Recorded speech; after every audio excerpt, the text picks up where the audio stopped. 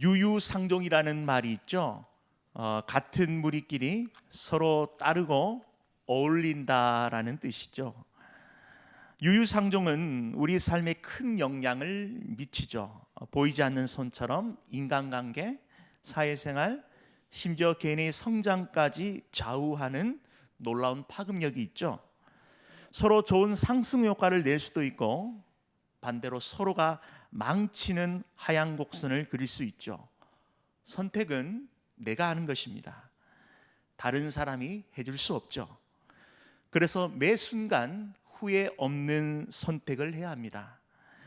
오늘 참 안타까운 선택으로 잘못된 길을 걸어가는 북이스라엘을 바라봅니다. 본문은 다메섹 곧 아람과 북이스라엘에 대한 심판의 연을 다루고 있죠. 다윗의 전통성을 계승한 남유다와 함께 선미로서의 그 사명을 감당해야 될 북이스라엘이 아람과 야합하게 되죠. 같은 동족을 공격하는 잘못된 선택을 합니다. 뿐만 아니죠, 가나안 땅의 온갖 우상을 쫓아 마음을 빼앗깁니다. 눈앞에 보이는 이익만을 쫓다가 선민으로서의 이 정체성을 잃은 거죠. 하나님께서 야곱의 영광을 주셨습니다. 그러나 하나님의 은혜를 저버리고 어그러진 길로 가다가 결국 망하죠. 북이스라엘이 선민의 길에서 이탈하는 것이 얼마나 큰 대가를 치르는지를 보게 되는 것입니다. 북이스라엘의 잘못된 선택을 진단하고 또 영적 이스라엘인 우리의 정체성을 점검하기를 원합니다. 먼저 1절에 다메섹에 관한 경고라. 다메섹은 현대의 시리아 지역이죠. 고대 국가인 아람의 수도로 레바논 동남쪽, 헤르몬산 남쪽, 갈릴리 평원의 북쪽 해발 685m의 높이에 있는 도시입니다. 다메섹은 가장 긴 역사를 가진 도시 중 하나로 메소포타미아와 애굽을 연결하는 무역의 중간 위치에 있죠. 그래서 고대 근동의 경제, 외교, 군사적으로 중요한 요충지입니다. 때문에 다메섹은 단순히 한 도시만을 지칭하는 것이 아니라 아람 국가 전체를 상징하죠. 보라, 다메섹의 장차 성읍을 이루지 못하고 무너진 무더기가 될 것이라. 이는 다메섹이 도시로서의 형상을 찾아볼 수 없이 완전히 폐허가 될 것을 의미하는 것입니다. 여기서 무더기란 쓰레기더미, 폐허더미라는 것이죠. 다메섹의 회복 불능의 처참한 모습이 강조되어 있습니다. 실제로 다메섹은 주전 732년 아수르의 디글랏 블레셋 3세의 침략으로 완전히 폐허가 되어버립니다. 그 후로 왕도로서의 지위를 다시 회복하지 못하죠. 이어서 2절에 아로엘의 성읍들이 버림을 당하리니, 아로엘 지역은 알려지지 않는 도시로 공동 번역에서는 이 영원이라고 해석하고 있습니다. 직역하면 거기에 딸린 마을들이 영영 버림받아가 되죠. 양무리를 치는 곳이 되어 양이 눕되 놀라게 할 자가 없을 것이며, 이는 전쟁의 패망에 사람들이 떠나버린 빈 도시가 되는 겁니다. 양과 같은 짐승들만이 있는 그런 곳이 되어버렸죠. 과거 화려했던 경제, 군사, 정치의 중심지였지만 그 위상을 상실한 모습을 해화적으로 표현하고 있는 것입니다. 계속해서 3절에 에브라임의 요새와 다메섹 나라와 아람의 남은 자가 멸절하여, 에브라임은 북이스라엘의 주도적 세력을 이룬 지파로 북왕국 전체를 의미합니다. 이스라엘이 전략상 중요한 요충지로 왕도가 함락되어 무방비 상태가 되는 것이죠. 또한 다메섹이 상징하는 아람이 독립국가로 지켜야 되는 그 주권을 잃어버리게 되는 것입니다. 여기서 남은 자란 초라하고 비참하게 살아가게 될 것을 의미하죠. 이는 하나님의 그 심판의 엄중함을 드러내는 것입니다. 이스라엘 자손의 영광같이 되리라. 이는 북이스라엘과 아람의 운명이 동일시되죠. 북이스라엘이 아람을 의지한 것이 얼마나 어리석은 행동인가를 시사합니다. 이스라엘 자손의 영광이 여로보암 2세 때 경제적 호황기로 그 세력을 주변에 떨치는 찬란한 시기를 보냈습니다. 그러다 왕실이 거듭되는 유혈창국으로 국력은 급격하게 약화되고 외세의 침략으로 나라의 근간이 무너지죠. 이스라엘의 영광은 잠깐 있다가 사라지는 안개와 같죠. 이사야 선지자는 이스라엘의 영광이 이렇게 급격하게 소멸했듯 아람 역시 그렇게 될 것을 지적하는 것입니다. 만군의 여호와의 말씀이라. 만군의 여호와란 하늘의 천사를 대동하여 거룩한 전쟁을 수행하시는 거룩한 용사로 하나님의 면모를 강조하는 칭호죠. 이는 하나님께서 최종 도장을 찍어놓은 다메섹 패망에 대해 취소하거나 가로막는 세력은 그 어디에도 없으며 그 계획이 반드시 성취될 것을 강조하고 있습니다. 앞선 1절에서 3절에는 다메섹으로 대표되는 아람의 멸망을 예언하고 있죠. 이제 이어서 4절에서 12절까지는 북이스라엘의 패망과 은혜로 남겨진 소수의 남은 자에 대해 예언하고 있습니다. 이처럼 아람의 멸망 예언에 이어 북이스라엘의 패망 예언이 제시되고 있는 것은 두 나라가 지리적으로 인접해 있기 때문도 있지만 북이스라엘이 아람을 의지해 협작하여 아스 왕 당시 유다를 침공하는 만행을 저질렀기 때문이죠. 4절에 그날에, 이는 하나님께서 에브라임의 심판을 정해놓으신 날을 특별히 강조하고 있습니다. 이 날이 언제인지 아무도 모르죠. 그러나 이미 정해진 그날 반드시 도래할 것은 분명합니다.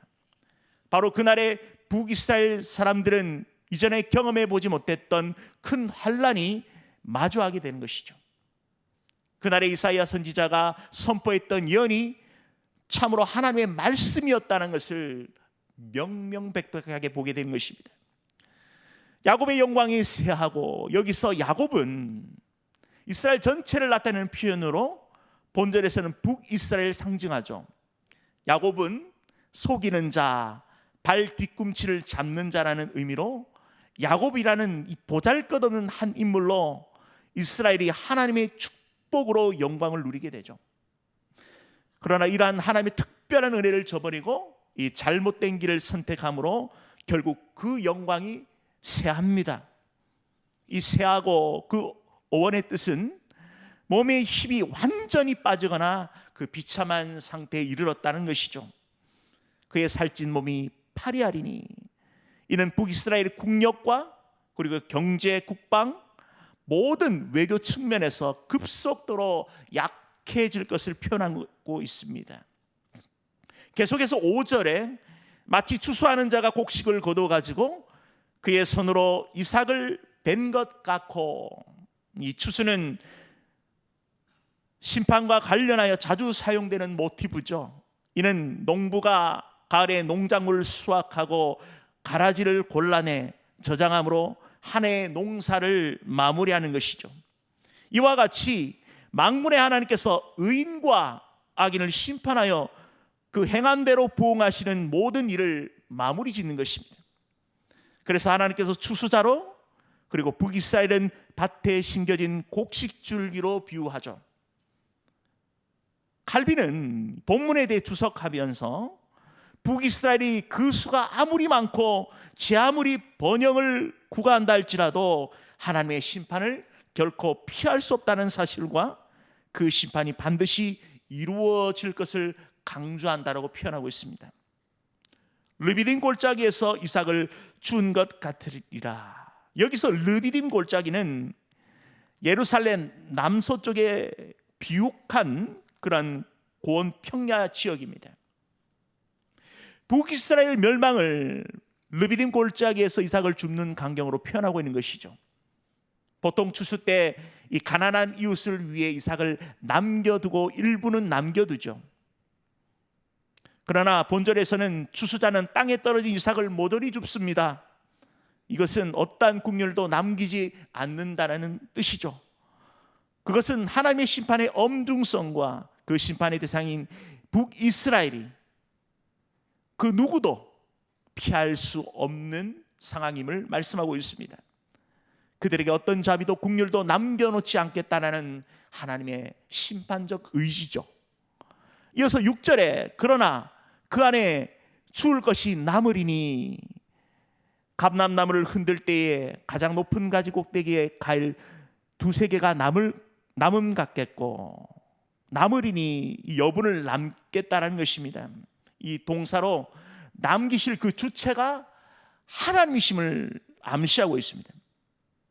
앞선 오전에는 이 심판의 철저성을 강조한 후 심판 중에도 남겨진 자가 있다고 하는 것은 어쩌면 이 논리가 맞지 않는 모순처럼 보입니다. 그러나 이는 하나님의 성품과 관련되어 이해해야 하는 것이죠. 5절의 표현이 악을 철저히 배겨가시고 벌하시는 하나님의 공의적 측면을 강조한다면, 본 6절은 진노 중이라도 긍휼과 자비를 베푸시는 그러한 하나님의 은혜의 측면을 강조하고 있는 것이죠. 비록 하나님의 백성이 죄를 범하여 심판을 시행하시지만 그 긍휼을 잊지 않으시는 것입니다. 하나님은 철저한 심판 중에서도 그 소수를 남겨서 그 남은 자들이 공의로우심과 그 자비로우심을 뼈저리게 깨닫게 하시죠. 그리고 그들에게 하나님의 절대 공의와 자비에 기초한 새로운 믿음의 공동체를 세워가도록 기회를 주신 것입니다. 무성한 나무의 가장 먼 가지에 4-5개를 남음 같으니라. 이 무성한 나무, 이 푸성한 열매를 말하는 것이죠. 이 열매를 지닌 이 나무가지에 소실해 버린다는 것입니다.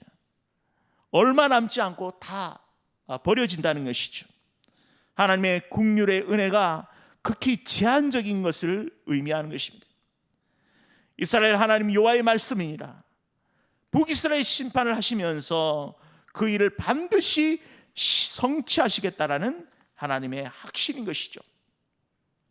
그런데 본문 3절 하반절과 달리 여호와 하나님을 이스라엘의 하나님이라고 표현하고 있습니다. 이는 이스라엘과 하나님과의 그 특별한 관계를 부각시키죠. 과거 하나님께서 이스라엘을 위하여 행하신 일들, 그로 인해 세워진 복된 관계를 상기시킵니다.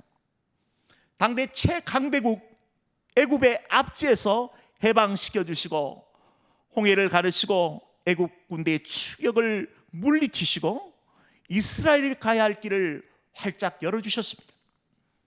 광야 생활 중에서도 불기둥, 구름기둥으로 길을 인도하시고 광야에 물을 주시고 만나와 메추라기로 그들을 초자연적으로 먹이셨습니다. 마침내 젖과 꿀이 흐르는 가나안 땅에 당독해 하셨습니다. 뿐만 아니라 하나님께서 그 가나안 땅을 정복하는 과정에서 그들과 함께 하셨고 위대한 승리를 맛보게 하셨습니다.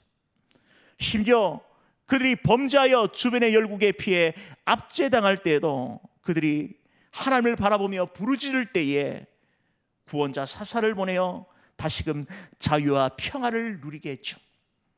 이런 측면에서 본절의 표현은 이스라엘 패망의 원인에 대해 숙고하게 하는 그런 의미를 지니고 있습니다. 그들이 심판의 자리에 떨어진 그런 수치를 당하게 될 때에 하나님께서 크게 베풀어 주신 은혜, 그 사랑을 저버렸기 때문입니다. 이스라엘 하나님께서 심판할 수밖에 없는 그런 죄악을 상기시키고 또한 하나님 안에서 다시 신앙이 회복되길 원하는 그 간절한 그런 선언적 표현인 것이죠. 계속해서 7절에 그날에 사람이 자기를 지으신 이를 바라보게 했으며 이는 창조주 하나님의 그 심판을 통해 북이스라엘의 죄악을 드러나게 하시고 그 남은 자들이 오직 하나님만을 바라볼 수 있도록 그렇게 말씀하고 계십니다. 그의 눈이 이스라엘의 거룩하신 이를 베겠고, 거룩하신 이는 히브리어로 케도시, 속된 것으로 분리하고 구별된 것을 의미합니다. 이스라엘 거룩하신 하나님은 생명 없는 우상들과 달리 생명의 근원이시며 기도에 응답하지 못하는 우상들과는 달리 기도에 응답하시며 또한 역사하시고 붙들어 주시는 바로 전능자 하나님이십니다. 이방의 우상의 숭배의 예식은 저급하고 태폐적이지만 하나님을 섬기는 하나님 백성의 예배와 제사는 성결한 삶을 통해 하나님께 올려드린 것입니다. 레위기 19장 2절에 이스라엘 향하여 명령하시죠. 너희는 거룩하라. 이는 나 여호와 너희 하나님이 거룩함이니라.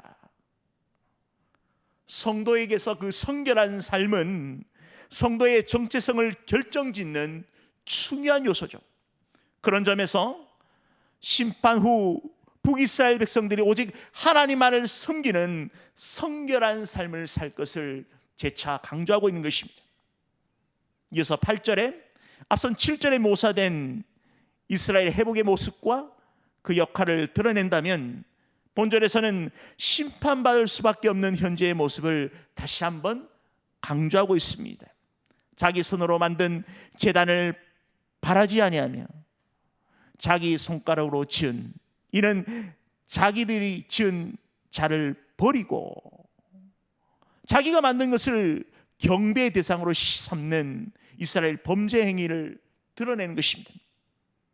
아세라 태양상을 보지 아니할 것이며, 아세라는 고대 근동 가나안의 최고 신인 바알의 배우자로 풍요와 다산의 복을 내려주는 우상으로 숭배되었죠. 태양상은 태양 모양을 한 기둥을 세워 여러 북이스라엘 가운데 우상으로 섬겨왔던 우상입니다. 북이스라엘에 얼마나 우상이 만연하였는지를 알 수 있죠. 보이지 아니하는 것, 바로 우상 숭배의 그 범죄의 죄가 이제 반복하지 않을 것이라는 것입니다. 앞선 6절에서 8절에는 하나님의 은혜로 남겨진 북이스라엘이 그 소수가 남았듯이 그 우상 숭배를 거치고 하나님만을 섬길 것을 예언하고 있는 것입니다. 이제 본절 이하 11절까지는 이러한 회개가 있기 전에 있을 북이스라엘 패망과 항폐한 모습을 다시 한번 묘사하고 있습니다. 이는 앞서 4절과 5절과 달리 그 심판받을 수가 없는 그 이유를 더 명확하게 제시하고 있죠. 9절에 그날에, 여기서 그날은 주전 722년 아수르에 의해 북이스라엘이 멸망하는 날을 지칭합니다. 그 견고한 성읍들이 옛적에 이스라엘 자손 앞에 버림받은 숯불 속의 처소와 작은 산꼭대기의 처소 같아서 항폐하리니, 견고한 성읍들이란 이 견고한 성벽들로 둘러싸인 묘사된 성읍들이죠. 이스라엘은 이 견고한 성읍들이 외적으로부터 안전을 지켜줄 것이라고 굳건히 믿었습니다. 그러나 하나님의 그 심판으로 들이닥친 그 아수르의 침입 앞에 무력하게 항폐하게 되죠. 자신들이 그토록 신뢰하고 견고하게 붙들었던 그 성읍들이 숯불 속의 처소와 작은 산꼭대기의 처소같이 도시적 면모와는 완전히 잃어버린 폐허가 될 것을 의미하는 것입니다. 이어서 10절에 이스라엘이 항폐하게 된 이유를 설명하고 있습니다. 이는 내가 내 구원의 하나님을 잃어버리며 내 능력의 반석을 마음에 두지 아니한 까닭이라. 이 멸망의 원인은 북이스라엘 왕권이 약해서도 아니고 군사적으로 약해서도 아니죠. 경제적 불황도 아닙니다. 원인은 오직 구원의 하나님, 그들을 붙들고 계신 그 하나님을 잃어버렸기 때문이죠. 하나님을 붙들고 믿음 가운데 서야 할 북이스라엘이 바로 우상을 쫓았기 때문입니다. 구약 전체 주제를 연결하는 한 문장이 있습니다. 오늘 이사야 선지자 입술을 통하여 북이스라엘을 향한 하나님의 그 간절하고 그 애절한 심정이 담겨 있는 한 문장이죠. 이스라엘아 돌아오라. 이스라엘아 돌아오라. 집 나간 자식을 기다리는 부모의 마음이죠. 잠이라도 제대로 잘 수 있겠습니까? 자식 걱정에 밥 숟가락이 들릴 리가 없죠. 그러나 집 나간 자식은 부모의 마음을 모릅니다. 이스라엘 어떻게 하나님의 은혜의 역사를 잊을 수가 있죠? 마음에 들지 않다, 마음에 두지 않다, 이런 표현을 쓰고 있는데, 이스라엘이 마땅히 기억하고 의지해야 될 그 하나님을 무시하고 소홀히 한 것입니다. 내 능력의 반석. 반석은 이 광야 가운데 아주 중요한 그런 여행자에게 있어서 구원자 역할을 하는 것입니다. 갑작스럽게 나타나는 들짐승과 약탈들로부터 피할 수 있는 피난처가 되기도 하죠. 그리고 강렬한 그 태양빛을 가려주는 그늘이 됩니다. 하나님께서는 이스라엘에게 있어서 바로 이러한 큰 반석과 같은 존재였죠. 그러므로 내가 기뻐하는 나무를 심으며 이방의 나무가지도 이종하는도다. 여기서 기뻐하는 나무는 문자적으로 기쁨의 수목들로 당시 이스라엘이 이방 족속들에게 전해받은 우상을 의미합니다. 이스라엘은 자신들이 구원하여 주시고 피난처 되신 그 하나님을 뒤로하고 아무런 유익도 주지 않는 그 우상 앞에 자신의 열정을 쏟아놓습니다. 흠모하고 기뻐하는 것이죠.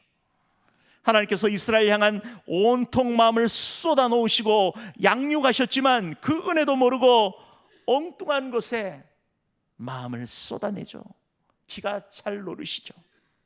11절에 내가 심은 날에 울타리를 두르고 아침에 내 씨가 잘 발육하도록 하였으나, 울타리를 두른다, 식물을 이종하는 그 심은 바른 그날에 울타리를 쳤다라는 것이죠. 대단한 열심입니다. 자신이 심은 식물이 외부로부터 해를 받지 않도록 하루도 노출시키지 않겠다는 그런 의지죠. 정성을 쏟습니다. 아침에 내 씨로 잘 발육하도록 하였다. 아침 일찍 일어나 그 심은 씨앗이 어떤 상태인지, 얼만큼 자랐는지 정성을 들인다는 것입니다. 이는 이스라엘이 이방 우상을 살피고 그 마음을 쏟아내는 그 어리석은 모습을 이사야 선지자가 적나라하게 고발하고 있는 것입니다. 근심과 심한 슬픔의 날에 농작물이 없어지리라. 결국 풍성한 수확과 물질적 풍요를 가져다 줄 것이라고 믿었던 그 우상들이 도리어 그 슬픔으로 변하게 된다는 것이죠. 이는 우상 숭배의 어리석음과 그 우상의 허망함과 무능함을 지적하고 있습니다. 이처럼 북이스라엘이 하나님을 등지고 잘못된 선택을 한 그 이스라엘, 결국 어그러진 길로 가다가 비참한 최후를 맞이하죠. 하나님께서 야곱의 영광을 주셨지만 그 은혜를 엉뚱한 데 쏟아내죠. 이방 아람과 야합에서 같은 종족인 남유다를 침공합니다. 비겁하죠. 우상 숭배로 선민으로서의 그 정체성을 상실하고 가나안의 음란한 문화를 그대로 답습합니다. 하나님의 정체성을 잃어버리고 그들 스스로의 욕심을 가지고 눈에 보이는 육신의 정욕을 따라 살아갔던 것입니다. 하나님께 쏟아부어야 할 그 충성과 사랑을 엉뚱한 이방 민족에게 단 우상하게 마음을 빼앗겨버린 상태죠. 이들이 왜 이토록 망가졌죠? 그 이유는 하나님의 정체성을 잃어버렸기 때문입니다.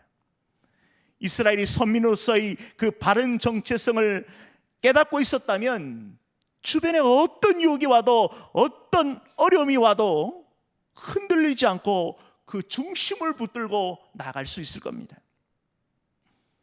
이스라엘이 어떤 존재입니까? 하나님의 거룩한 백성이죠. 출애굽기 19장 6절에 너희가 내게 대하여 제사장 나라가 되며 거룩한 백성이 되리라. 아멘. 우리 한번 같이 고백합시다. 너희가 내게 대하여 제사장 나라가 되며 거룩한 백성이 되리라. 하나님께서 이스라엘을 부르실 때에 너를 부르신 이유는 하나님 나라의 거룩한 제사장으로 삼으셨고, 그리고 거룩한 백성으로 하나님의 영광을 드러내는 삶을 비추라고 그렇게 세워주신 것입니다. 그렇게 불러주신 것이죠. 하나님 나라의 존귀한 권속으로 이 땅에 어떻게 살아야 할 그 견적이 분명하죠. 삶의 예배자로서 하나님의 통치를 우리의 삶의 영역에서 드러내는 것입니다.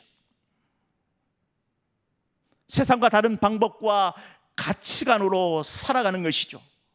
나의 구원자, 나의 그리스도, 나의 왕으로 모시고 그분을 통치자의 말씀인 그 말씀을 붙들고 생명건 순종으로 나아가는 것입니다. 말씀 앞에 타협은 없습니다.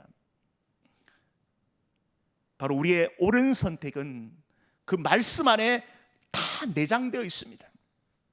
그 말씀을 붙들고 사느냐, 아니면 그 말씀 앞에 실패하느냐, 두 가지 갈림길이 있는 것이죠. 우리의 우선순위는 언제나 그분의 말씀이 먼저인 것입니다. 할렐루야. 타협할 것과 또한 그 말씀 가운데 반드시 붙들어 나가야 할 그 선명한 그 기준은 그 말씀 가운데 분명히 있는 것입니다. 저와 여러분은 이 시대의 다니엘과 같이 매사에 뜻을 정하는 삶을 살아갑시다.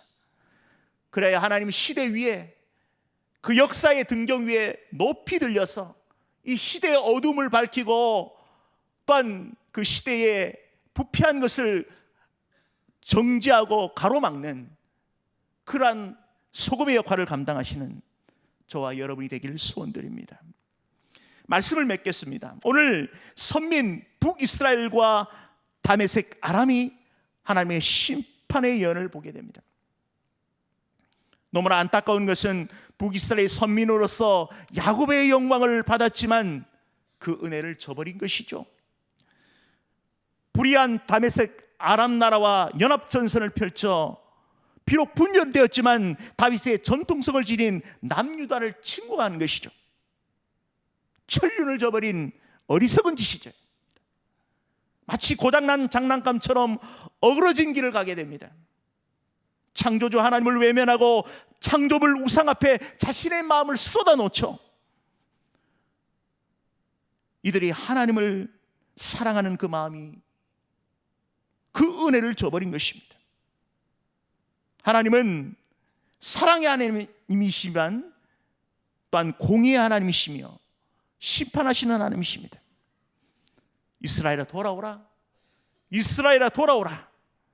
이토록 망가질 때 망가진 그 상황 속에서 하나님의 그 부르심이 있었습니다. 바로 성도의 거룩한 정체성을 회복하라는 것이죠. 성도는 존귀한 하나님의 권속으로 거룩한 백성의 삶을 살아가야 하는 것입니다. 나의 구원자, 나의 왕 그리스도를 나의 심장에 새기고 그리스도의 손과 발, 그리스도의 영향력을 드러내는 하나님의 정권대사로 부르심을 받은 것입니다. 우리 대청의 우리 모든 성도님들이 이러한 하나님의 위대한 그 사명을 성실히 감당하시는 귀한 성도님 되시길 축원드립니다.